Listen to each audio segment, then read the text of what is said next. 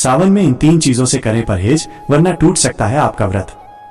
श्रावण मास, जिसे सावन भी कहा जाता है, हिंदू पंचांग के अनुसार वर्ष का अत्यंत पवित्र महीना माना जाता है। ये महीना संपूर्ण रूप से भगवान शिव को समर्पित होता है। सावन सोमवार के व्रत का विशेष महत्व है और विशेष रूप से इस महीने में भगवान शिव की पूजा, उपवास और नियमों का पालन अत्यंत फलदायक माना गया है। लेकिन क्या आप जानते हैं कि इस महीने में कुछ ऐसी चीजें हैं जिन्हें खाने से व्रत का पुण्य समाप्त हो सकता है या व्रत टूट सकता है। चाहे आप पूर्ण व्रत कर रहे हो या फलाहार व्रत, इन 3 चीजों से विशेष परहेज करना चाहिए।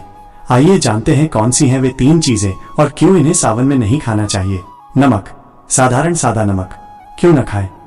सावन के सोमवार व्रत में सादा नमक, सेंधा नमक छोड़कर खाना वर्जित माना गया है। शास्त्रों और पुराणों के अनुसार व्रत के समय शरीर और आत्मा की शुद्धि के लिए सात्विक आहार आवश्यक होता है। सादा नमक को तमसिक और राजसिक भोजन में गिना जाता है, जो मन और शरीर दोनों को अशुद्ध करता है। क्या खाएं विकल्प में? यदि आप व्रत में कुछ स्वाद चाहते हैं तो सेंधा नमक का उपयोग करें। सेंधा नमक प्राकृतिक होता है और व्रत में विशेष रूप से अनुमत है। यह पाचन में सहायक होता है और शरीर में संतुलन बनाए रखता है। अनाज और दालें, चावल, गेहूं, चना, मूंग आदि क्यों वर्जित हैं? सावन व्रत में सामान्य भोजन जैसे चावल, गेहूं, दालें और रोटियां पूरी तरह निषिद्ध होती हैं। इन खाद्य पदार्थों को खाने से व्रत का उद्देश्य नष्ट हो जाता है, क्योंकि ये शरीर को भारी बनाते हैं और व्रत के सात्विक स्वरूप को दूषित करते हैं। व्रत का मूल उद्देश्य आत्मशुद्धि, संयम और भक्ति है। जब हम हल्के और सात्विक फलाहारी भोजन लेते हैं तब शरीर और मन दोनों शांत रहते हैं और हम ध्यान और भक्ति में लीन हो सकते हैं।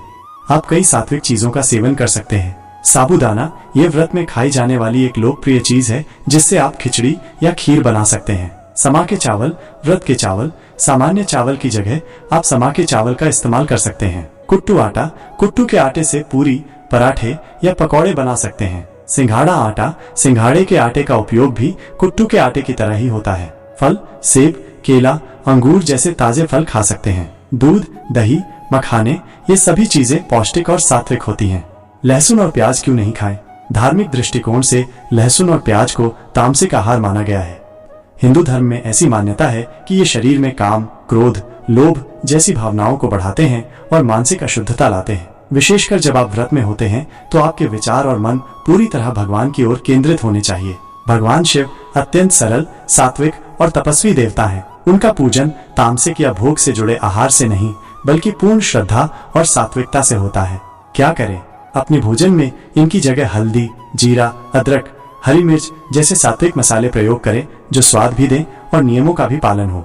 अन्य वर्जनाएं जिन्हें सावन में नहीं खाना चाहिए। भले ही लहसुन और प्याज सबसे महत्वपूर्ण है, लेकिन इनके अलावा भी कुछ वस्तुएं हैं जिनसे सावन में सावधान रहना चाहिए। आमतौर पर सावन के दौरान मांसाहारी भोजन और शराब का सेवन नहीं किया जाता है। कुछ लोग बैगन और पत्तेदार सब्जियों से भी परहेज करते हैं। 1. मांस, मछली और अंडा, यह बिल्कुल निषिद्ध है क्योंकि यह हिंसा से जुड़ा है और व्रत का सिद्धांत हिंसा से दूर रहना है। 2. शराब और धूम्रपान, किसी भी पवित्र व्रत काल में इनका सेवन घोर पाप माना गया है। 3. बासी या दोबारा गर्म किया हुआ खाना, इससे शरीर में दोष और आलस्य बढ़ता है, जिससे भक्ति में विघ्न आता है। सावन सोमवार व्रत के लाभ। सावन के सोमवार को उपवास रखने और भगवान शिव की पूजा करने से कई प्रकार के लाभ प्राप्त होते हैं। विवाह में आ रही अड़चनें दूर होती हैं। मानसिक शांति और एकाग्रता से रोग और दुख दूर होते हैं। 25 में श्रावण का महत्व। वर्ष 2025 में श्रावण मास 10 जुलाई से प्रारंभ होकर 8 अगस्त तक रहेगा। तिथियां पंचांग अनुसार स्थान भिन्न हो सकती हैं। इस बार श्रावण में कुल 5 सोमवार होंगे, जो विशेष फलदायक माने जा रहे हैं।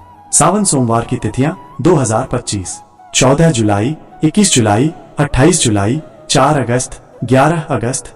इन दिनों व्रत और पूजा करने से अनंत गुना फल प्राप्त होता है। निष्कर्ष: श्रावण मास केवल एक धार्मिक परंपरा नहीं, बल्कि एक आध्यात्मिक यात्रा है। यदि आप इस पवित्र महीने में व्रत रखते हैं तो केवल पूजा करना ही नहीं, बल्कि अपने खान पान और आचरण पर भी विशेष ध्यान देना अत्यंत आवश्यक है। नमक, अनाज और प्याज, लहसुन जैसी वस्तुएं व्रत को खंडित कर सकती हैं, इसलिए उनसे परहेज करके सात्विक और शुद्ध आहार का सेवन करें। यह न केवल भगवान शिव की कृपा प्राप्त करने में सहायक होगा, बल्कि आपके तन और मन को भी शुद्ध करेगा।